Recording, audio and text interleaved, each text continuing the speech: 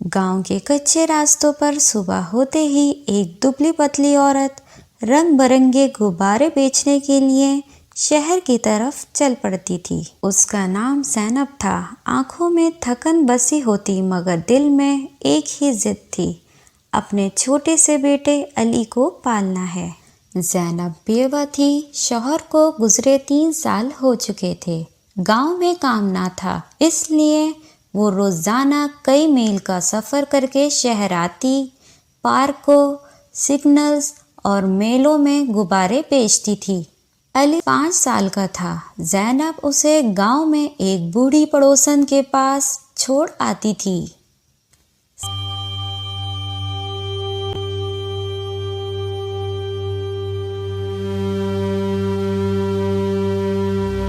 या अल्लाह, आज का दिन आसान कर दे।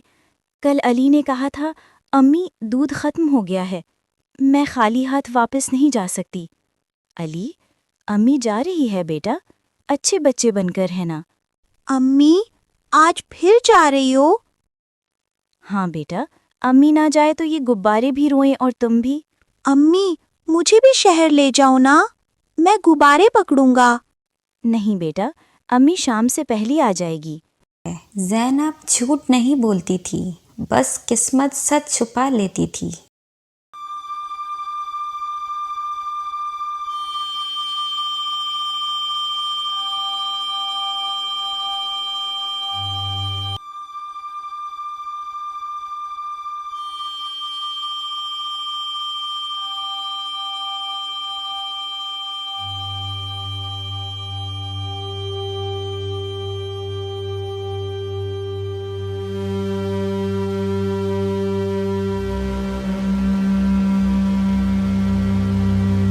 अरे ज़ैनब, रोज इतनी दूर जाना ठीक नहीं। ये बच्चा भी तो छोटा है।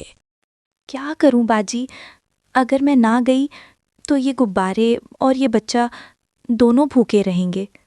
ये शहर जालिम है, अकेली औरत और वो भी रात को। मैं अकेली नहीं हूँ बाजी, मेरा बच्चा मेरे साथ चलता है, मेरे दिल में। बस शाम होने से पहले वापस आ जाना, मेरा दिल घबराता है।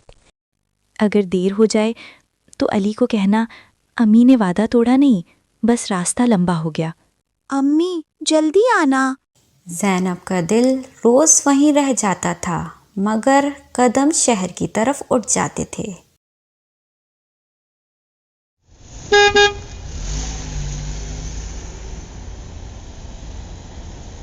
यही दुआ है कि आज सारे गुब्बारे बिक जाए।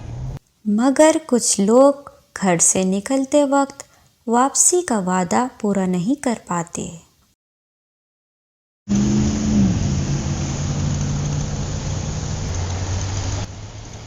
सारा दिन गुजर गया, गुब्बारे कम बिके, रात भी गहरी हो चुकी थी। एक गुब्बारा और, बस एक और बिक जाए तो अली के लिए बिस्किट भी ले लूँगी, वो खुश हो जाएगा, बस वो खुश रहे। रात की धुन और गाड़ियों का शोर। ज़ैनब तेज़ी से सड़क पार कर रही थी कि अचानक एक तेज़ रफ्तार ट्रक सामने आ गया। उस रात ज़ैनब मरी नहीं थी, बस वहीं रुक गई थी। उस रात को सब कुछ बदल गया। लोगों ने बस इतना देखा कि रंगीन गुब्बारे फिज़ा में उड़ गए और ज़ैनब सड़क पर बेजान पड़ी थी। कोई उस औरत को नहीं जानता था।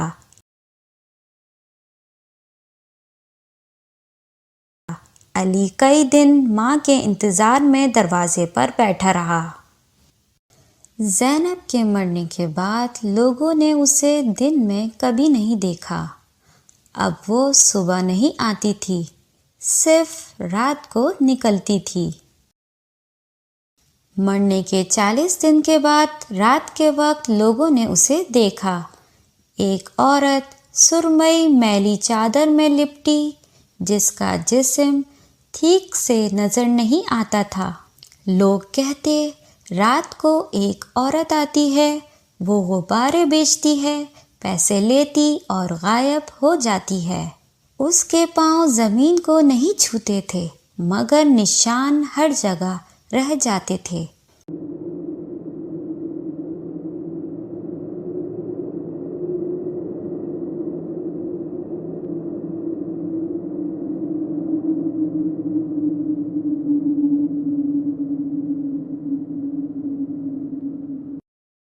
मरने के बाद ज़ैनब वैसी नहीं रही थी। उसका चेहरा लंबा हो गया था, आंखें हद से ज़्यादा खुली हुई, पलकें हिलती नहीं थीं।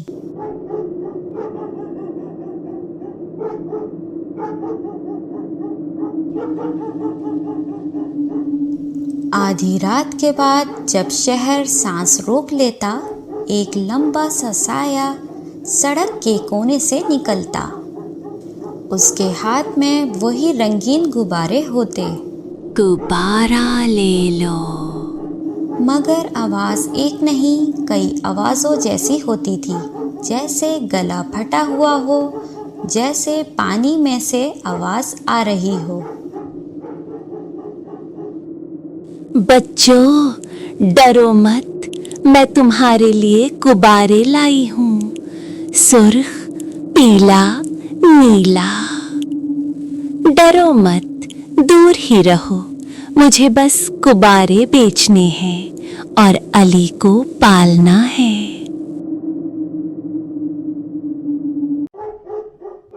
लोग करीब नहीं आते थे। कोई हाथ में पैसे पकड़कर दूर से ज़मीन पर रख देता।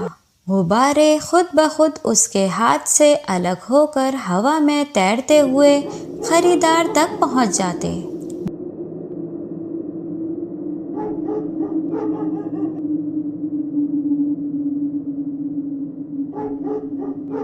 वो जो पैसे इकट्ठे करती, सुबह होने से पहले उसी दरवाजे के पास रख देती, जहाँ कभी जिंदा ज़ैनब अपने बच्चे को छोड़ा करती थी।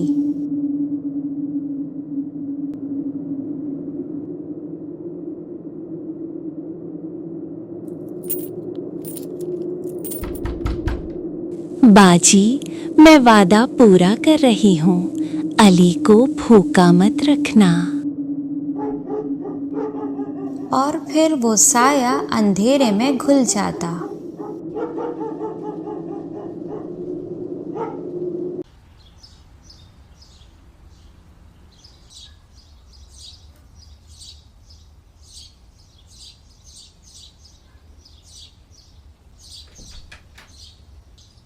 बूढ़ी पड़ोसन हैरान थी। या अल्लाह, ये पैसे फिर आ गए रोज रोज। ये आखिर किसके हैं और कौन देता है? आंटी, अम्मी के हैं। तुम्हारी अम्मी? बेटा, वो तो वो मर नहीं सकती। अम्मी ने कहा था वो मुझे कभी अकेला नहीं छोड़ेंगी। और शायद अली सच कह रहा था। गुब्बारे ले लो बच्चों, जल्दी आ जाओ। गुब्बारे ले लो बच्चों।